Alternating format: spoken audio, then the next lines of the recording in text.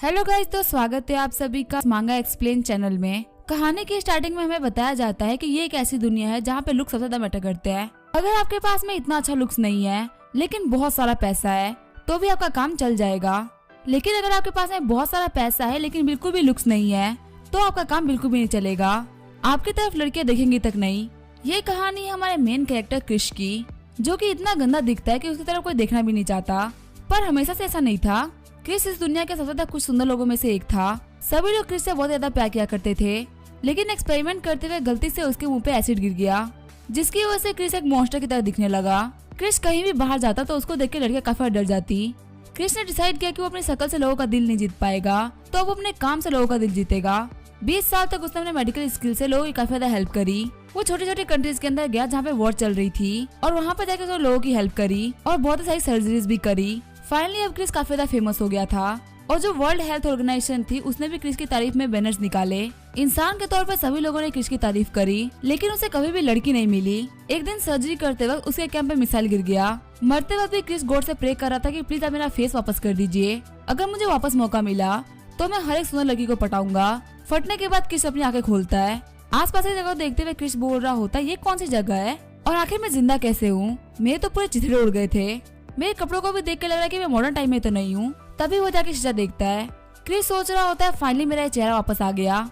God आपका बहुत बहुत शुक्रिया, आपने मेरी बात मान ली। अब मुझे देखना कि आखिर इस वर्ल्ड में मेरी कंडीशन क्या है। तभी क्रिस का सर दुखने लगता है। क्रिस इस बॉडी के रियल ओनर की मेमोरीज के अंदर आ गया होता है। इस बॉडी के रियल ओनर का नाम भी क्रिशी था। भले इस क्रिस के पास में बहुत अच्छा अपीयरेंस था, लेकिन वो एक बहुत ही बड़ा बेवकूफ था। लगातार 10 साल तक पढ़ाई करने के बावजूद भी वो 10 वर्ड नहीं सीख पाया। फिर 2 साल पहले क्रिस की मुलाकात हुई जू फैमिली के लड़की से, जिसके पीछे वो दीवाना हो गया। जो जू फैमिली की लड़की थी उसे काफी खतरनाक बीमारी थी, जिसको ठीक करने के लिए उसको शादी करनी काफी जरूरी थी। क्रिस इतना बड़ा बेवकूफ था कि उसने अपने जान के खतरे को साइड में रख दिया और खुशी खुशी जू फैमिली की लड़की से शादी कर ली। जो जू कियान थी वो शादी के बाद में ठीक होने लगी और पहले से और भी ज्यादा खूबसूरत हो गई। जू फैमिली में क्रिस की कोई भी इज्जत नहीं करता था, यहाँ तक कि सर्वेंट्स तक क्रिस की इंसल्ट करते थे। लेकिन जो जू कियान थी वो सबकी तरह बुरी नहीं थी। उसने सर्वेंट्स को उनकी गलती के लिए डांटा और क्रिस को अच्छे कपड़े और खाना दिया। शादी करने के बाद भी आज तक क्रिस ने कभी भी जू कियान को छुआ तक नहीं था। क्रिस इस जू कियान को देख के उसकी आवाज को सुनकर काफी खुश हो जाता था। लेकिन 6 महीने पहले क्रिस को जू कियान की बीमारी हो गई। कियान ने बहुत सारे फेमस डॉक्टर से बात करी, लेकिन कोई भी कुछ भी नहीं कर पा रहा था। Chris day by day weak होता गया और आज वो दिन था जिस दिन पुराना क्रिस मारा गया और नए क्रिस को उसकी बॉडी मिल गई। क्रिस हंसते हुए बोल रहा होता है, भले से ही मैं इस फैमिली का सिर्फ नाम का सन इन लॉ हूँ, लेकिन ये फैमिली काफी ज्यादा अमीर है। मुझे पूरा विश्वास है कि मेरी लाइफ काफी ज्यादा अच्छी जाने वाली है। गॉड आपका बहुत बहुत शुक्रिया, आपने ये मेरी लाइफ काफी ज्यादा आसान बना दी। तभी क्रिस को गेट के बाहर से किसी की बात करने की आवाज आती है।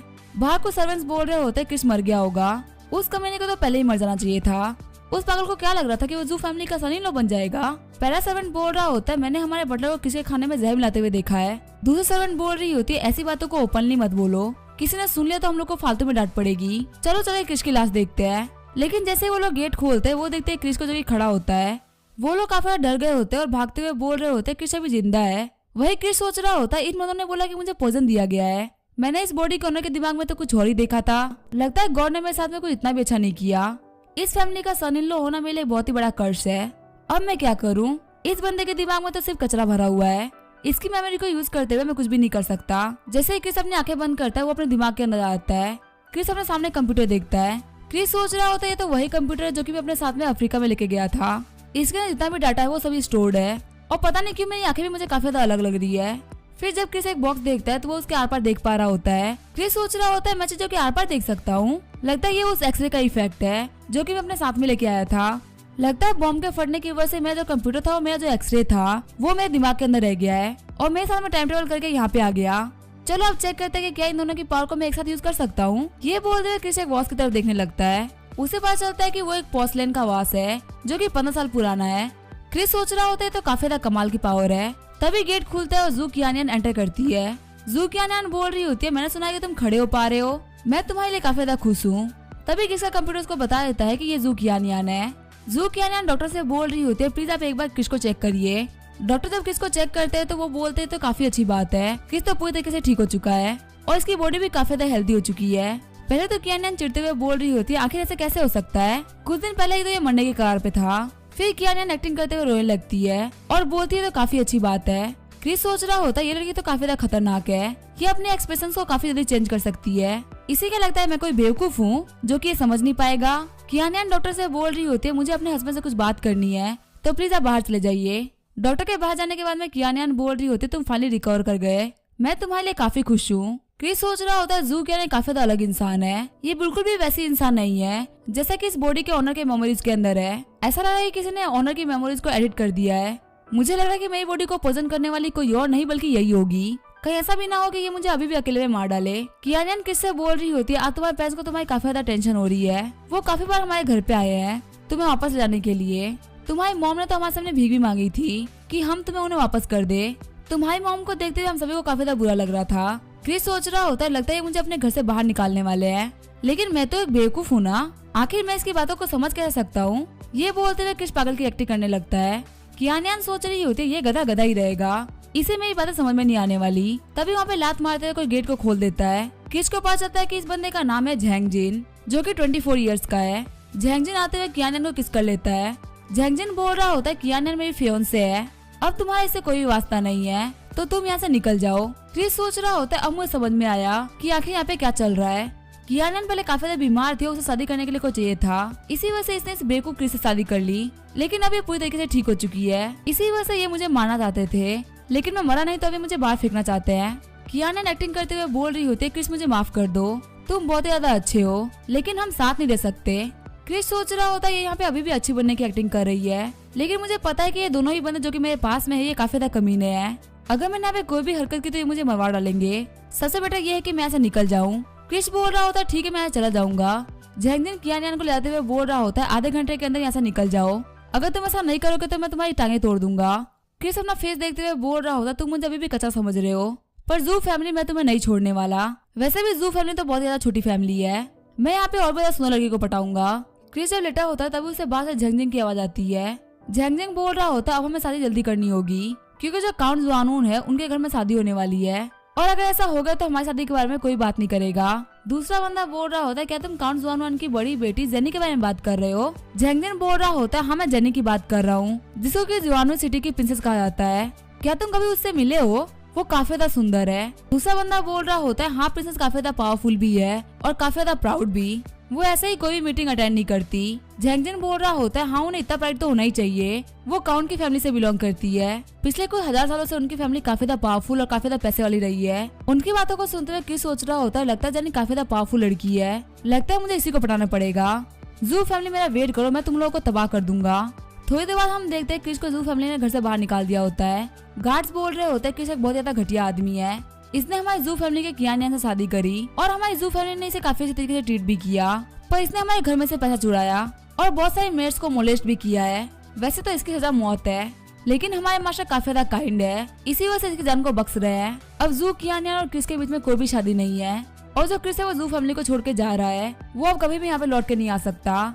क्रिस सोच रहा होता है घटिया तुम लोग हो और घटिया मुझे बोल रहे हो, तुम लोग यहाँ पे सिर्फ मुझे बदनाम कर रहे हो ताकि जू कियानियन की शादी आराम से हो जाए। चलो ये तो काफी अच्छी बात है, मेरे फेस के ऊपर कोई भी स्केच नहीं पड़ा, क्योंकि मैं अपने फेस को खराब होते हुए फिर से नहीं देख सकता। लगता है पहले मुझे अपने घर चलना चाहिए। जू फैमिली के हेड बोल रहे होते हैं क्या सारा काम हो गया है। गार्ड बोल रहा होता है हाँ मास्टर सारा काम हो चुका है। कियानियन बोल रही होती है फादर अब क्या करने वाले हैं, कहीं से मेरी रेपुटेशन के ऊपर तो कोई भी असर नहीं पड़ेगा ना। जू फैमिली के हेड जू कियान बोलते हैं कि नहीं कुछ भी बुरा नहीं करने वाला, जो भी मैं करूंगा उससे मिस्टर झैंगजिन काफी ज्यादा खुश हो जाएंगे और उनके खुश होने की वजह से तुम्हारी लाइफ काफी ज्यादा अच्छी बनेगी। आगे हम देखते रात हो गई होती है। जंगल में चलते हुए क्रिस सोच रहा होता है जल्दी मैं घर पहुंचने वाला हूँ, लेकिन तभी क्रिस को कुछ बंदे घेर लेते हैं। क्रिस सोच रहा होता है मुझे पता ही था कि ऐसा कुछ होने वाला है, वो लोग मुझे इतने आराम से जाने नहीं दे सकते। फिर जो बंदे वहाँ पे आए होते हैं वो क्रिस को बांध के लेके जाने लगते हैं। वहाँ पे उन लोगों ने गड्ढा खून दिया होता है, वो लोग बोल रहे होते हैं इसको अंदर डालने का टाइम आ चुका है। वही क्रिस सोच रहा होता है ये लोग तो मुझे जिंदा गाड़ने वाले हैं, ये लोग तो काफी ज्यादा घटिया है। तभी वहाँ पे उस गैंग का बॉस आते हुए बोलता है मैं क्रिस का इस कब्र के अंदर स्वागत करता हूँ, सभी लोग ध्यान से इसके लिए करना जला देना, हम इसे एक काफी अच्छी खुशहाल मौत देंगे। क्रिस सोच रहा होता है तुम मुझे जिंदा अंदर गाड़ने वाले हो और तुम बोल रहे हो कि तुम मुझे खुशहाल मौत दोगे। लगता है इस बंदे को लेके इस ओरिजिनल बॉडी के ओनर के पास में कुछ इन्फॉर्मेशन है। क्रिस को पता चलता है कि इस बंदे का नाम है तियान हैन और ये यहाँ पे एक बहुत ही बड़े गैंग का लीडर है। इसने अपने हाथों से बहुत सारे लोगों की जान ले रखी है, लगभग इसने आज तक 279 लोगों को मारा है और इसकी बॉडी के अंदर एक लीडर फंसी हुई है। हम देते क्रिस लगातार तियान हैन को घुरे जा रहा होता है। कियान हैन क्रिस की पट्टी खोलते हुए बोल रहा होता है क्या तुम्हें कुछ कहना है। क्रिस बोल रहा होता है तुम्हारी बॉडी के अंदर एक नीडल है, अगर तुमने इसे बाहर नहीं निकाला तो तुम पक्का से मारे जाओगे। तुम्हारा जो नीडल है वो तुम्हारे लंग से काफी ज्यादा करीब आ चुका है, लगातार वो तुम्हारे खून के साथ में बह जा रहा है। एक बार जब वो तुम्हारे दिमाग के अंदर घुस जाएगा तो तुम्हारा सब कुछ खत्म हो जाएगा। तियानहेन सोच रहा होता है इस चीज के बारे में मेरी वाइफ को भी नहीं पता, आखिर इस बंदे को कैसे पता है। फिर तियानहेन बोल रहा होता है सभी लोग बोलते हैं कि तुम एक बेवकूफ हो, लेकिन तुम कोई बेवकूफ नहीं हो। क्रिस बोल रहा होता है मैं तुम्हारी हेल्प कर सकता हूँ तुम्हारे नीडल को बाहर निकालने में। तियानहेन बोल रहा होता है लगता है इसके बदले में मुझे तुम्हारी जिंदगी छोड़नी पड़ेगी, है ना? तुम्हें पक्का से भी जानना होगा कि मुझे किसने बोला तुम्हें मारने के लिए। क्रिस बोल रहा होता है मुझे पता है मुझे मारने के लिए कौन कह सकता है, लेकिन तभी तियानहेन बोल रहा होता है मुझे माफ करना, तुम जिंदा नहीं बच सकते। क्रिस सोच रहा होता है ये कैसा अजीब बंदा है, ये तो यहाँ पे अपनी मौत से भी नहीं डर रहा है। तियानहेन बोल रहा होता है 3 महीने पहले तुम्हारे भाई ने मुझसे 5 गोल्ड लिया था ताकि वो अपने फादर का इलाज करवा सके।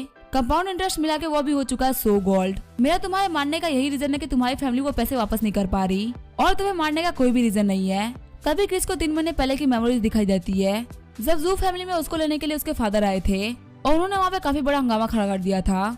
जो जू फैमिली के सर्वेंट्स थे उन्होंने उन्हें बहुत ज्यादा बुरी तरीके से मारा और उन्हें घर से बाहर फेंक दिया। क्रिस सोच रहा होता है मेरे फादर को जू फैमिली के लोगों ने इंजर्ड कर रखा है। इस बॉडी का जो रियल ओनर था वो एक नंबर का बेवकूफ था, सिर्फ एक लड़की के चक्कर में उसने अपने पेरेंट्स को इग्नोर कर दिया। सच में कोई इतना घटिया कैसे हो सकता है? तियानहेन बोल रहा होता तुम बिल्कुल भी टेंशन मत लो, तुम यहाँ पे अकेले नहीं मरने वाले, कल हम तुम्हारी पूरी फैमिली को खत्म कर देंगे। क्रिस सोच रहा होता है मैं अपने पेरेंट्स और अपने भाई को मरने नहीं दे सकता। तियानहेन अपने बंदों से बोल रहा होता है जल्दी से इसे काट दो। जैसे ही वो बंदा किसी का गला काटने वाला होता है, क्रिस बोल रहा होता है मैं तुम्हें 1000 गोल्ड दूंगा। ये सुन के वो बंदा रुक जाता है। क्रिस बोल रहा होता है मैं तुम्हें 10 दिन के अंदर 1000 गोल्ड दूंगा। ये बात सुन के वहाँ पे सभी लोग काफी ज्यादा शॉक्ड हो गए होते हैं। तियानहेन बोल रहा होता है मैं तुम्हें 3 दिन दे रहा हूँ, 3 दिन में मुझे पैसे लौटा दो। क्रिस सोच रहा होता है 3 दिन तो बहुत ज्यादा कम हो गए, लगता है यहाँ पे इस कमीने ने जू फैमिली से बात करी है, अगर ये मुझे 3 दिन के अंदर मार डालता है तो जू फैमिली से 100 गोल्ड देगी। क्रिस बोलता है ठीक है ये डील रही। तियानहेन बोल रहा होता है इसको जाने दो और यहाँ पे कॉन्ट्रैक्ट बाहर निकालो।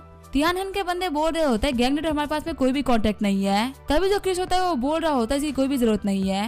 वो अपने कपड़ों को फाड़ के अपने खून से उसके ऊपर एक कॉन्ट्रैक्ट लिख देता है। तियानहेन सोच रहा होता है सभी लोग बोल रहे होते हैं कि ये बंदा बेवकूफ है, पर ऐसा लग तो नहीं रहा। फिर तियानहेन बोल रहा होता है मुझे वो 1000 गोल्ड 3 दिन के अंदर चाहिए, वरना तुम्हारा पूरा परिवार मारा जाएगा। इन 3 दिन के लिए मेरे 2 बंदे तुम्हारे साथ में रहेंगे ताकि तुम कहीं भाग ना जाओ। चलते हुए क्रिस सोच रहा होता है आखिर मैं 3 दिन के अंदर 1000 गोल्ड कैसे कमाऊं।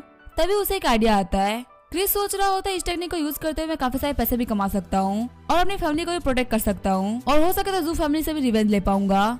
वो दोनों ही गार्ड्स क्रिस के पास आते हुए बोल रहे होते हैं आखिर तुम यहाँ पे क्यों रुक गए हो, तुम्हारा घर अभी तक नहीं आया। क्रिस सोच रहा होता है मैं अपनी फैमिली से मिलकर क्या ही करूंगा, मेरी फादर मेरी वजह से दिक्कत में है, पता नहीं वो लोग मुझे देख के खुश होंगे भी कि नहीं। कहानी सुनाने वाला हमें बता रहा होता है कि ये दुनिया मार्शल आर्ट की दुनिया है, यहाँ पे ज्यादातर लोग कबीले टाइप के साथ में रहते हैं। यहाँ पे आसपास में तकरीबन 20 घर बनाए हुए हैं और कुछ गार्ड्स जो कि गांव को लगातार गार्ड करते रहते हैं। लेकिन क्रिस की जो सैन फैमिली है वो गांव से काफी ज्यादा दूर रहती है, वो लोग अकेले माउंटेन्स पे रहते हैं। ऐसा इसी वजह से क्योंकि जो सैन फैमिली वो बाहर की फैमिली है, वो 10 साल पहले ही यहाँ पे आके बसे हैं। उनको यहाँ के लोगों ने कभी भी एक्सेप्ट नहीं किया। हमें क्रिस के घर के अंदर का सीन दिखा जाता है। क्रिस के जो फादर होते हैं वो खून खास रहे होते हैं और बोल रहे होते हैं मुझे जाके अपने बेटे को वापस लेके आना है। वही क्रिस की मॉम बोल रही होती है अगर तुम ऐसे ही खून खाते रहोगे तो तुम मारे जाओगे, इसलिए बेड से मत उठो। क्रिस के डैड बोल रहे होते हैं मैं अपने बेटे को कल लेने के लिए जाऊंगा, अगर मुझे कल जू फैमिली के लोगों ने रोका तो मैं वहाँ पे खुद को मार डालूंगा। क्रिस की मॉम बोल रही होती है हमने अपने बेटे को काफी ज्यादा नाजों से पाला है, लेकिन जू फैमिली में जाने के बाद पता नहीं लोग उसे कैसे बुली कर रहे होंगे। तभी क्रिस का छोटा भाई उठते हुए बोल रहा होता है मॉम डैडा बिल्कुल भी टेंशन मत लो, मैं जू फैमिली से अपने बड़े भाई को लेके आऊंगा, भले इसके लिए मुझे अपने जान को रिस्क में क्यों डालना पड़े। डैडा बिल्कुल भी चिंता मत कीजिए, हम दोनों साथ में फाइट करेंगे। वही जो क्रिस होता है वो बाहर से सारी बातें सुन रहा होता है। फिर क्रिस गेट खोलते हुए उन सभी के सामने झुक जाता है और बोल रहा होता है मॉम डैड और भाई मैं वापस आ गया। क्रिस को वहाँ पे देख के सभी लोग शॉक्ड हो गए होते हैं। क्रिस की माँ रोते हुए बोल रही होती है मेरा क्रिस वापस आ गया, कहीं मैं सपना तो नहीं देख रही ना। फाइनली तुम उन डेविल के हाथों से छूट के वापस आ गए। क्रिस बोल रहा होता है हाँ मॉम मैं वापस आ गया, मुझे माफ कर दीजिएगा, मुझे पता है मैंने बहुत सारी गलतियां करी है, अब मैं कभी भी लौट कर जू फैमिली में वापस नहीं जाऊंगा। क्रिस की मॉम मुझे गले लगाते हुए बोल रही होती तुम काफी ज्यादा समझदार हो। क्रिस सोच रहा होता ये लोग बस इतना चाहते हैं कि मैं जू फैमिली में वापस ना जाऊं। जो पहले वाला क्रिस था वो बहुत ही बड़ा बेवकूफ था, उसने इतना ज्यादा प्यारे परिवार को दुख दिया है। क्रिस अपने डैड के सामने झुकते हुए बोल रहा होता है डैड मुझे माफ करिएगा। क्रिस के डैड बोल रहे होते तुम पहले से काफी ज्यादा अलग दिख रहे हो, तुम पहले कभी भी ऐसे बात नहीं किया करते थे, लगता है तुम पहले से काफी ज्यादा स्मार्ट हो गए हो। क्रिस सोच रहा होता है आखिर मैं इस चीज को कैसे एक्सप्लेन करूं। क्रिस की मॉम बोल रही होती है लगता है क्रिस को गॉड ने ब्लेस किया है, इसी वजह से क्रिस स्मार्ट हो गया है। क्रिस सोच रहा होता है मॉम ने मेरी प्रॉब्लम ठीक कर दी, वरना मुझे एक्सप्लेन करने में काफी सारा टाइम लगता। क्रिस का भाई जियान बोल रहा होता है कि आपको जू फैमिली ने बाहर निकाल दिया। क्रिस मुंडी हिलाते हुए बोल रहा होता है हाँ। क्रिस की मॉम बोल रही होती है कोई बात नहीं, भूल जाओ, वो लोग बहुत ज्यादा कमीने थे। भले ही हमारी फैमिली के पास में पैसे नहीं है, लेकिन हम लोग बहुत ज्यादा अच्छे हैं। मैं और तुम्हारा भाई काफी सारा मेहनत करके पैसे कमाएंगे तुम्हारे लिए। क्रिस सोच रहा होता है कि मेरी मॉम को ऐसा लग रहा है कि मैं वहाँ पे बहुत ज्यादा आराम से रहता था, इसी वजह से मुझे गरीब परिवार में रहने में दिक्कत आएगी। यहाँ पे पूरा परिवार काम करने के लिए तैयार है, मुझे सपोर्ट करने के लिए। क्रिस की मॉम बोल रही होती है तुमने जू फैमिली में इसी वजह शादी करी थी ना, क्योंकि तुम्हें एक वाइफ चाहिए। जब तुम्हारे भाई और पापा ठीक हो जाएंगे तब हम तुम्हारी शादी करवा देंगे। क्या तुम हमारे गाँव के वीडियो लियू को जानते हो? वैसे वो तुमसे 3 साल बड़ी है, लेकिन वो बहुत ज्यादा प्यारी है। क्रिस सोच रहा होता है क्या खतरनाक फैमिली है, इन्होंने मेरे लिए एक वाइफ भी अरेंज कर दी है। क्रिस बोल रहा होता है डैड मॉम आप लोग मेरी शादी के बारे में कुछ मत सोचो। डैड पहले मुझे आपकी बॉडी को चेक करना है कि आप ठीक है भी कि नहीं। फिर क्रिस अपने एक्सरे का यूज करते हुए देखता है कि उसके डैड की हालत काफी ज्यादा खराब है, उनके इंटरनल ऑर्गन्स डैमेज हो गए हैं और उनके रिब्स के ऊपर भी क्रैक पड़ चुके हैं। 3 महीने के टाइम के दौरान रिब्स काफी ज्यादा जुड़ भी गई है, लेकिन वो सही से नहीं जुड़ी। लगता है जू फैमिली के लोगों ने इन्हें काफी ज्यादा क्रूर तरीके से मारा है और इन्हीं को बचाने के लिए मेरे भाई ने 5 गोल्ड का कर्जा लिया था, वरना वो कभी भी इनको बचा नहीं पाता।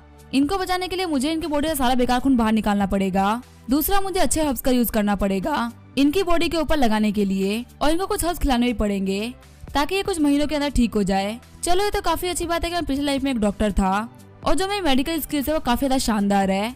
क्रिस बोल रहा होता है मैं कल आपके लिए हर्ब्स लेने के लिए जाऊंगा। फिर क्रिस अपने भाई से बोलता है मुझे अपना पाँव दिखाओ। क्रिस सोच रहा होता है इसका पाँव पूरी तरीके से टूट चुका है, अगर ऐसे ही जुड़ गए तो बहुत ही बड़ी दिक्कत कर देगा। चलो ये तो काफी अच्छी बात है कि इसके अभी तक ब्लड वेसल टूटे नहीं है।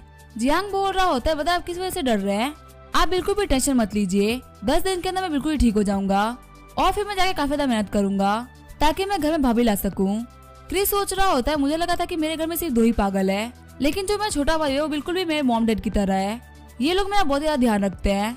क्रिस अपने भाई के पाँव को टच करते हुए बोल रहा होता है तुम काम पर नहीं जा सकते, अगर तुम्हारे पाँव को ठीक नहीं करा गया तो तुम मारे जाओगे। मुझे बताओ कि आखिर तुम इंजर्ड कैसे हुए थे?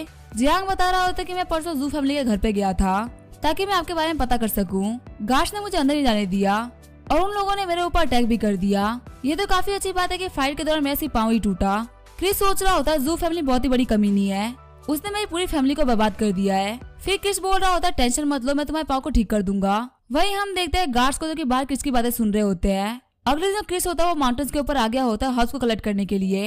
हर्ब्स कलेक्ट करने के बाद वो अपने घर पे जाता है और कॉटन को और पानी को गर्म करता है ताकि वो एक छोटा सा ऑपरेशन थिएटर बना सके।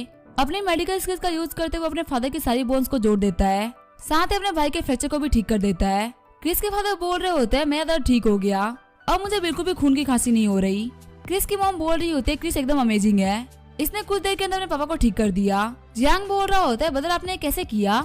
आप तो पहले बेवकूफ हुआ करते थे ना। तभी क्रिस के डैड बोलते हैं जियांग ऐसे मत बोलो, तुम्हारा भाई कभी भी बेवकूफ नहीं था, बस वो एक बेवकूफ इंसान जितना ही समझदार था। क्रिस की मॉम बोल रही होती है हमारा बेटा काफी ज्यादा कैपेबल है, हम इसकी शादी वीडियो लियो से नहीं कराने वाले। क्रिस के डैड भी बोल रहे होते हैं हाँ तुम बिल्कुल सही बोल रही हो। क्रिस की मॉम बोल रही होती है हम एक मेडिकल क्लिनिक खोलेंगे जिससे कि हम लोग बहुत ही सारा पैसा कमाएंगे। अब हमारा क्रिस विलेज चिप की बेटी से शादी करेगा। क्रिस सोच रहा होता है मॉम तो काफी ज्यादा आगे बढ़ गई। क्रिस बोल रहा होता है अंदर मुझे थोड़ा ठीक नहीं लग रहा, मैं बाहर जा रहा हूँ हवा खाने के लिए। क्रिस की मॉम बोल रही होती है बाहर अपना ध्यान रखना। जैसे ही क्रिस बाहर आता है वो गार्ड बोलता है कि तुम्हारी फैमिली काफी ज्यादा खुश लग रही है, लेकिन याद रखना कि तुम्हारे पास में सिर्फ 2 ही दिन है, अगर तुमने 2 दिन के अंदर 1000 गोल्ड को नहीं दिया तो तुम्हारा पूरा परिवार मार जाएगा। उन गार्ड्स की बातों को सुनने के बाद क्रिस का मूड काफी ज्यादा खराब हो जाता है और वो अपने घर वापस चला जाता है। क्रिस हंसते हुए बोलता है मैं वापस आ गया। तभी क्रिस की मॉम ने गर्म पानी कर दिया होता है और वो बोल रही होती है मैं तुम्हारा पैर धो देती हूँ। क्रिस सोच रहा होता है मेरी मॉम मेरा पाँव धोएंगी, ये कराना मुझे बिल्कुल भी अच्छा नहीं लग रहा। क्रिस अपनी मॉम से बोल रहा होता है मॉम मैं खुद कर लूंगा, आप बिल्कुल भी टेंशन मत लो। क्रिस की मॉम रोते हुए बोल रही होती है मेरा हाथ एकदम साफ है, क्या तुम चाहते हो कि मैं तुम्हारा पाँव नहीं छूऊं? पहले तो तुम बार बार मेरे से पाँव धुलवाने के लिए आते थे। क्रिस सोच रहा होता है लगता है उस बेवकूफ क्रिस ने अपने मॉम से पाँव धुलवा रखे हैं, अगर मैं अभी इनसे पाँव नहीं धुलवाऊंगा तो इनको लगेगा कि मैं काफी ज्यादा अमीर फैमिली में रह के आया हूँ, इसी वजह से मैं इनको पसंद नहीं कर रहा। फिर क्रिस अपने पाँव धुलवाने लगता है। क्रिस की मॉम बोल रही होती है पानी ज्यादा गर्म तो नहीं है ना? क्रिस भी बोल रहा होता है नहीं नहीं बिल्कुल ठीक है। क्रिस सोच रहा होता है मुझे कभी भी नहीं लगा था कि मुझे इतना ज्यादा प्यारा परिवार मिलेगा, अब से मैं इन सभी लोगों को अपना खुद का परिवार मानूंगा। उस बेकार क्रिस के ऊपर उसके मॉम डैड का बहुत ही बड़ा कर्ज है जिसको मैं एक एक करके पूरा पेबैक करूंगा, लेकिन फिलहाल सबसे जरूरी काम है फिलहाल की प्रॉब्लम्स को दूर करना। अगले दिन क्रिस सुबह अपने घर में बैठ के खाना खा रहा होता है, तभी उसके दरवाजे पे वो गार्ड्स नॉक करते हैं। गार्ड्स बोल रहे होते हैं तुम्हारे पास में बहुत ही ज्यादा कम टाइम है, तुम पैसे नहीं कमा रहे हो। गार्ड्स को देखते हुए क्रिस की मॉम बोल रही होती है ये कौन है। क्रिस बोल रहा होता है मॉम टेंशन मत लो, ये दोनों ही मेरे दोस्त है। क्रिस की मॉम बोल रही होती है अच्छा तुम क्रिस के दोस्त हो, हम लोग खाना खा रहे हैं, तुम लोग भी आओ खाना खाने। तभी वो गार्ड एक्टिंग करते हुए बोल रहा होता है नहीं आंटी हमने खाना खा लिया है। गार्ड को देखते हुए क्रिस सोच रहा होता है इस गार्ड का नाम तियान सुसान है, ये एक बहुत ही बड़ा मर्डरर है, पर अभी ये कितनी अच्छी एक्टिंग कर रहा है। क्रिस बोल रहा होता है मैं अपने फ्रेंड के साथ में सिटी में जा रहा हूँ, स्कूल में कुछ टीचर आए पढ़ाने के लिए। क्रिस की मॉम बोल रही होती है क्या तुम खाना खाने के लिए घर पे आओगे, लंच के टाइम तक तो तुम्हें काफी ज्यादा भूख लग जाएगी। क्रिस बोल रहा होता है मैं दोपहर तक तो वापस नहीं आ पाऊंगा, लेकिन मैं रात तक वापस आ जाऊंगा। वहीं सिसान बोल रहा होता है आंटी मेरा घर टाउन में ही है, मैं इसे भूखा नहीं रहने दूंगा। क्रिस की मॉम क्रिस से बोल रही होती है मैंने तुम्हारे लिए अंडे बॉईल किया है। ये बोलते हुए क्रिस को एक अंडा पकड़ा देती है। एग लेने के बाद में क्रिस वहाँ से निकल गया होता है। आगे हमें 4 घंटे बाद का सीन दिखा जाता है। क्रिस और वो दोनों गार्ड जॉन सिटी के अंदर जा रहे होते हैं। वहीं हम देखते हैं 2 बाप बेटों को जो कि आपस में बात करते हुए आ रहे होते हैं। बेटा बोल रहा होता है हमारे साथ में चीटिंग हुई है। बाप भी बोल रहा होता है हाँ तुम बिल्कुल सही बोल रहे हो, लेकिन हम लोग बर्बाद हो चुके हैं, हमें वो गैम्बलिंग नहीं खेलनी चाहिए थी। क्रिस सोच रहा होता है मुझे लगा था कि यहाँ पे कोई झगड़ा हो रहा है, पर असल में ये दोनों बाप बेटे हैं जो कि गैम्बलिंग के बारे में बात कर रहे हैं। जब वो बाप बेटे दोनों वहाँ जा रहे होते हैं तभी सिसान बोलता है अंकल आप कैसे हैं। क्रिस सोच रहा होता है सिसान इनको जानता है। अंकल बोल रहे होते ये तो सिसान है, तुमसे मिले हुए काफी सारे दिन बीत गए। सिसान बोल रहा होता है आप मेरे घर पे नहीं आए, डैड आपको काफी ज्यादा मिस कर रहे हैं, आपकी और हमारी फैमिली के बीच में 10 साल की दोस्ती है, तो थोड़े बहुत उधार के लिए हमारी फैमिली को कुछ भी नहीं बोलेगी। अंकल भी बोल रहे होते हैं ठीक है मैं कल आऊंगा। सिसान उन अंकल से बोल रहा होता है मेरे फादर ने जो आपको पैसे दिए थे वो आपको रिटर्न करने की कोई भी जरूरत नहीं है। अंकल भी बोल रहे होते हैं आखिर मैं क्या बोलूं, मुझे बहुत ज्यादा शर्म आ रही है। सिसान उनको जंगल में रहते हुए बोल रहा होता है आखिर आप शर्मा क्यों रहे हैं, हम लोग बिल्कुल किसी दोस्त की तरह है, थोड़ा बहुत पैसा बिल्कुल भी मायने नहीं रखता, जब मैं छोटा था तो मैं आपके घर पे आया करता था खाना खाने के लिए। अंकल ही बोल रहे होते अगर ऐसी बात है तो मैं तुम्हारे लिए काफी अच्छा खाना बनाऊंगा। थोड़ी देर बाद सिसान झाड़ू से बाहर निकलता है। सिसान 14 से बोल रहा होता है जाके बिग ब्रदर को बोल दो कि झाड़ू में तो लाश पड़ी हुई है और उनको साफ करवाना है। क्रिस सोच रहा होता है क्या इसने उन दोनों बंदों को मार डाला। सिसान बोल रहा होता है मुझे माफ करना, मुझे तो पुराने मिलने वाले मिल गए थे। आगे चलते हुए क्रिस बोल रहा होता है तुम उस बंदे को अंकल बोल रहे थे। सिसान बोल रहा होता है हाँ वो मेरे फादर का दोस्त है, हमारी फैमिली को फ्रेंड्स बने हुए 10 साल से भी ज्यादा हो गए हैं, जब मैं छोटा था तो वो मुझसे मिलने के लिए मेरे घर पे आया करते थे। क्रिस बोल रहा होता है तुम्हारा उनके ऊपर कितना उधार था। सिसान बोल रहा होता है तकरीबन 3 गोल्ड का, क्योंकि वो मेरे मिलने वाले थे इसी वजह से इंटरेस्ट बहुत ज्यादा कम लगाया था। सब कुछ जोड़ जाके आपको 25 गोल्ड बनते हैं। लेकिन कल इन बाप बेटों ने एक गेमलिंग खेली जहाँ पे ये लोग अपना सारा पैसा हार गए और बहुत ही भारी कर्जे में डूब गए। क्रिस सोच रहा होता है सिर्फ 25 गोल्ड के लिए इसने अपने पापा को दोस्त को मार डाला और 10 साल पुरानी दोस्ती भूल गया।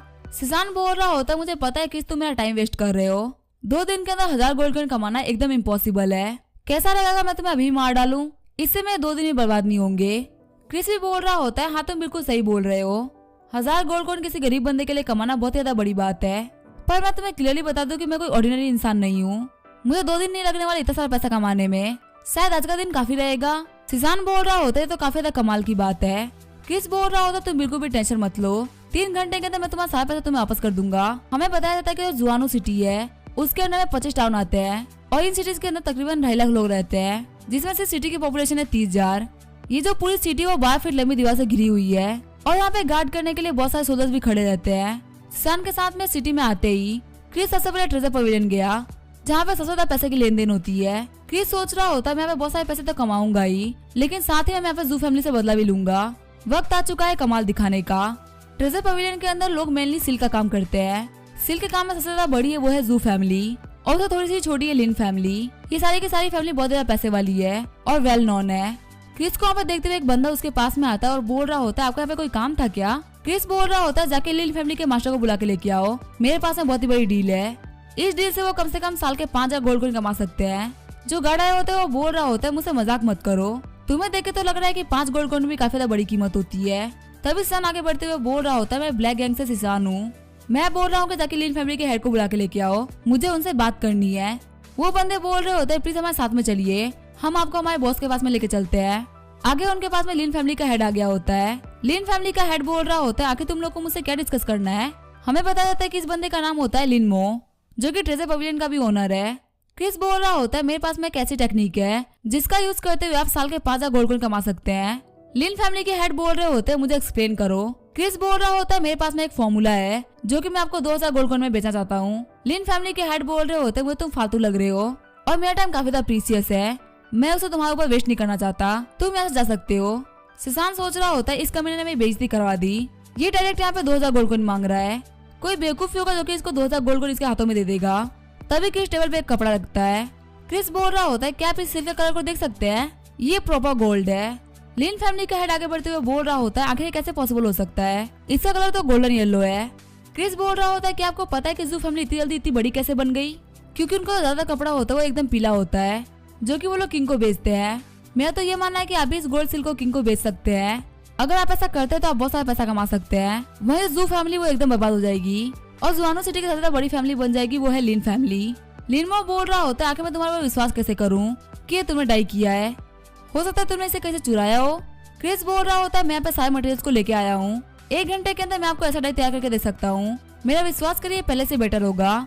लिनमो बोल रहा होता है तुम मेरे पूरे बैकयार्ड को यूज कर सकते हो, तुम्हें जो चाहिए तुम वो ले लो, बस मुझे डाई चाहिए। अगर तुमने खुद को प्रूव कर दिया तो मैं तुम्हें पक्का से पैसे दे दूंगा। क्रिस बोल रहा होता है 2000 गोल्ड। लिनमो बोलता है कोई दिक्कत नहीं है। सीसान सोच रहा होता है ये बंदा तो काफी ज्यादा कमाल का है, इसने एक झटके में 2000 गोल्ड कमा लिए और साथ ही इसने जू फैमिली के खिलाफ एक बहुत ही बड़ा गेम खेल दिया। आगे हम देखते हैं किसने अपने सारे हब्स को मंगा लिया होता है। जो इस वर्ल्ड का गोल्डन कलर होता है वो काफी ज्यादा डार्क होता है, वही क्रिस का बनाया हुआ जो गोल्डन कलर होता है वो काफी ज्यादा लाइट होता है। 2 घंटे बाद क्रिस बैकयार्ड से बाहर निकलता है। लिनमो बोल रहा होता है क्या काम हो गया। क्रिस बोल रहा होता है हाँ काम हो चुका है, आप एक कपड़ा देख सकते हैं। लिनमो उस कपड़े को देखते हुए बोल रहा होता है हाँ ये तो गोल्डन है, मैंने आपका पैसा रख दिया है। क्रिस बोल रहा होता है मैंने आपको रेसिपी दे दी है, उम्मीद करता हूँ कि आप जल्दी जू फैमिली को हरा देंगे। थोड़ी देर बाद में लिनमो उस टेक्निक से अपने खुद के कपड़ों को डाई करवाता है और उसे सेम रिजल्ट आते हैं। लिनमो बोल रहा होता है आपका बहुत बहुत शुक्रिया, आपकी वजह से मेरी फैमिली काफी ज्यादा प्रॉस्पर्स होने वाली है। तभी वहाँ पे कोई आता है, हम देते वो जू फैमिली के हेड होते हैं, जो कि बोल रहे होते हैं क्रिस तुमने हमारी फैमिली की रेसिपी चुरा ली जिसके ऊपर हम लोग सालों से काम कर रहे थे। क्रिस सोच रहा होता है आखिर ये लोग यहाँ पे क्या कर रहे हैं, लगता है इन लोगों को बुलाने वाला और कोई नहीं बल्कि लिनमो है। लिनमो बोल रहा होता है मुझे माफ करना, लेकिन जो मेरा बेटा है वो तियानियन मार्शल आर्ट एकेडमी में पढ़ रहा है और जू फैमिली का सन इन लॉ है झैंग जिन, वो जू सिटी का जनरल है और उसके तो फादर है वो लूजिया काउंटी के गवर्नर है। क्रिस सोच रहा होता है इसे अपने बेटे को एग्जाम पास करवाने के लिए मेरी बलि दे दी। सच में इस कमीने ने बहुत ही बड़ा गेम खेला है। जू फैमिली के हेड बोल रहे होते हैं कि तुम एक बहुत ही बड़े कमीने हो जो कि मेरे घर में पड़े रहते थे, तुमने मेरे घर से पैसे चुराया और मैट्स को भी मोलेस्ट किया, अब तुमने हमारा बनाया हुआ नया फॉर्मूला भी चुरा लिया जिसके ऊपर हम लोगों ने बहुत सारा खर्चा किया है। मैं तुम्हें सब बेकार इंसान कभी भी नहीं देखा। कियान क्या रोते हुए बोल रही होती है मैं तुमसे काफी डिसअपॉइंट हुई क्रिश, अगर तुम्हें पैसे की जरूरत थी तो तुम मुझसे बोल देते, मैं तुम्हें पैसे दे देती।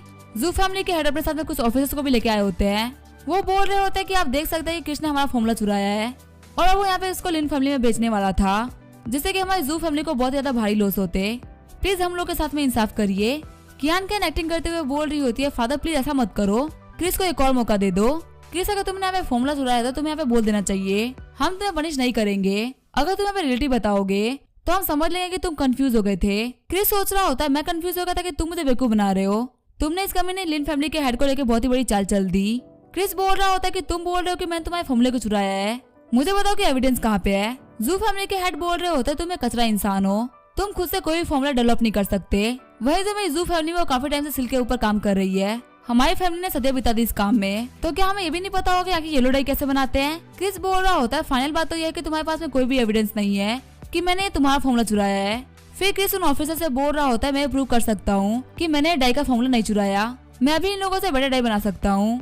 कियान कैन बोल रही होती कि पहले तुमने चोरी करी उसके बाद तुम यहाँ पे झूठ भी बोल रहे हो, तुम बहुत ज्यादा गलत काम कर रहे हो क्रिश, तुम्हें ये सब नहीं करना चाहिए।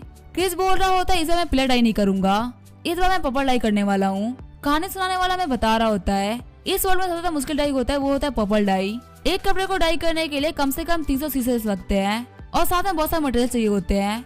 ग्रेट डायनेस्टी में भी आज तक ऐसा कोई बंदा नहीं है जिसने की पर्पल डाई के अंदर मास्टर कर लिया हो। ज्यादा वो रेड और ब्लू कलर को मिलाना जानते हैं, लेकिन जो डाई होता है वो परफेक्ट नहीं आता, कलर काफी डल और घटिया दिखते हैं और जल्दी ही गायब भी हो जाते हैं। इसी वजह से सिल्क की दुनिया में पर्पल डाई काफी ज्यादा मुश्किल है और इंडस्ट्री में ये काम बहुत ही ज्यादा कम लोग कर पा रहे हैं। क्रिस बोल रहा होता है यहाँ पे तुम सभी लोगों को पता है कि मैं एकदम अकेला हूँ और मेरे पास में कोई पैसा भी नहीं है, फिर भी मैं एकदम कम लागत में पर्पल डाई बना के दिखाऊंगा। जू फैमिली तुम्हारे पास में बहुत सारा पैसा है ना, अपने सारे पैसे को यूज कर लो, फिर भी तुम मेरे से अच्छा डाई नहीं बना पाओगे।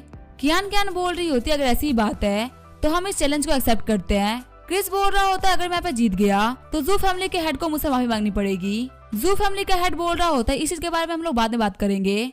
क्रिस बोल रहा होता है यहाँ पे जो कंपटीशन की टाइम लिमिट है वो है 3 घंटे, 3 घंटे के अंदर सच्चाई सामने आ जाएगी। मैं यहाँ पे सारे ऑफिसर्स को इनवाइट कर रहा हूँ कि ये इस कंपटीशन की जज बने। फिर क्रिस बैकयार्ड में चला जाता है और अपने फॉर्मूले का यूज करते हुए पर्पल सिल्क के ऊपर काम करने लगता है। क्रिस के पास में इस तरह से काफी ज्यादा आगे की नॉलेज है, इसी वजह से इसको पता है कि आखिर बेस्ट पर्पल कलर कैसे निकाले। क्रिस सोच रहा होता है मैं जू फैमिली को खत्म कर दूंगा, ये कलर ऐसा कलर होगा जो कि इस दुनिया ने पहले कभी नहीं देखा होगा। 3 घंटे बाद हम देखते हैं जू फैमिली ने अपना पर्पल डाई रेडी कर लिया होता है। जू फैमिली का जो मास्टर होता है वो बोल रहा होता है ये कलर काफी ज्यादा पक्का है। वही लिनमा भी बोल रहा होता है हाँ ये कलर तो काफी ज्यादा शानदार है, इसमें बहुत ज्यादा बेहतरीन काम किया गया है। कियान कियान बोल रही होती है मास्टर जो आपने काफी अच्छा काम किया है, वैसे क्या आप मुझे इस फॉर्मूले की बुक दे सकते हैं।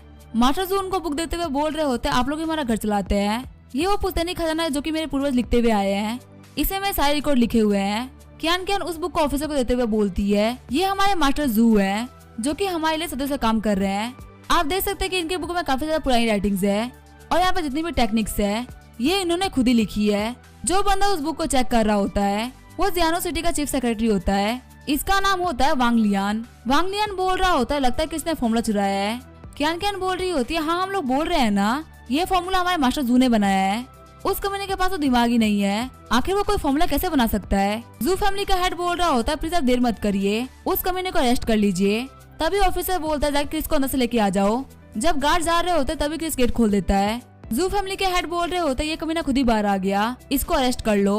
वही जू फैमिली के कपड़े को देखते हुए क्रिस सोच रहा होता है इनका कपड़ा बहुत ज्यादा अच्छा है, लेकिन मेरे पर्पल कपड़े के सामने इनका कपड़ा कुछ भी नहीं। क्रिस के कपड़े को देखे हुए सभी लोग काफी ज्यादा शॉक्ड हो गए होते हैं, सभी लोग बोल रहे होते तो काफी ज्यादा चमकीला है। क्रिस बोल रहा होता है कियान तुम तो बोल रही थी कि मैंने तुम्हारा फॉर्मूला चुराया है, क्या यही वो फॉर्मूला जो कि मैंने चुराया है। वही कियान सोच रही होती है आखिर क्रिस के साथ में क्या हो रहा है। जब ये जू फैमिली के अंदर था तब तो ये बहुत ही बड़ा बेवकूफ था, आखिर इतना जल्दी स्मार्ट कैसे हो गया। क्रिस बोल रहा होता है आप लोगों के लिए पर्पल कपड़ा काफी नहीं होगा, तो फिर ठीक है पेश है अब एक नई पेशकश। ये बोलते हुए क्रिस से कपड़ा बाहर निकालता है जिसके अंदर से बहुत सारी चमक बाहर आ रही होती है। क्रिस बोल रहा होता है ये है मेरा रेनबो सिल्क जिसके अंदर 7 कलर का मिक्सचर है। ये कपड़ा देखकर सभी लोग काफी ज्यादा शॉक्ड हो गए होते हैं। एक ऑफिसर आगे बढ़ते हुए बोल रहा होता है सच में ये कपड़ा काफी ज्यादा स्पिरिचुअल है, इसके ऊपर जो कलर है वो काफी ज्यादा नेचुरल है, जो काम यहाँ पे किया गया है वो काफी ज्यादा शानदार है। क्रिस बोल रहा होता है चीफ सेक्रेटरी मैंने अपना काम कर दिया है, प्लीज यहाँ पे जस्टिस करिए। सेक्रेटरी जू फैमिली के हेड से बोल रहे होते हैं क्या ये पर्पल डाई और रेनबो डाई भी आपके पर्पल से चुराया गया है। जू फैमिली के हेड बोल रहे होते हैं नहीं ऐसा कुछ भी नहीं है। ये बोलते हुए वो लोग जाने लगते हैं। कियान कियान जाते हुए बोल रही होती है क्रिस मुझे माफ करना, मैंने तुम्हें गलत समझा। कियान सोच रही होती है आखिर कैसे पॉसिबल हो सकता है, ये जो सेक्रेटरी था वो गवर्नर के खिलाफ चला गया। घर जाने के बाद मैं झैंगजिंग को पक्का से कमीने के बारे में बताऊंगी, इस कमीने ने हमारी बिल्कुल भी हेल्प नहीं करी, इसी वजह से हमें क्रिस के सामने से डरते हुए भागना पड़ रहा है। क्रिस चीफ सेक्रेटरी से बोल रहा होता है आपका बहुत बहुत शुक्रिया, आपने यहाँ पे मुझे बचा लिया। वैसे आपकी पढ़ाई कैसे चल रही है। क्रिस ने यहाँ पे चीफ सेक्रेटरी के रहते हुए इसी वजह से यहाँ पे बैठ लगाई क्योंकि उसे पता था कि चीफ सेक्रेटरी झैंगजिंग से काफी जलते हैं और वो पक्का उसकी हेल्प करेंगे। साथ ही क्रिस इनको 3 साल पहले से जानता भी है। फिर हमें 3 साल पहले का सीन दिखा जाता है। हम देते हैं 3 बंदों को जो कि एक बियर का शिकार कर रहे होते हैं। वही जो बियर होता है वो क्रिस की तरह आगे बढ़ रहा होता है।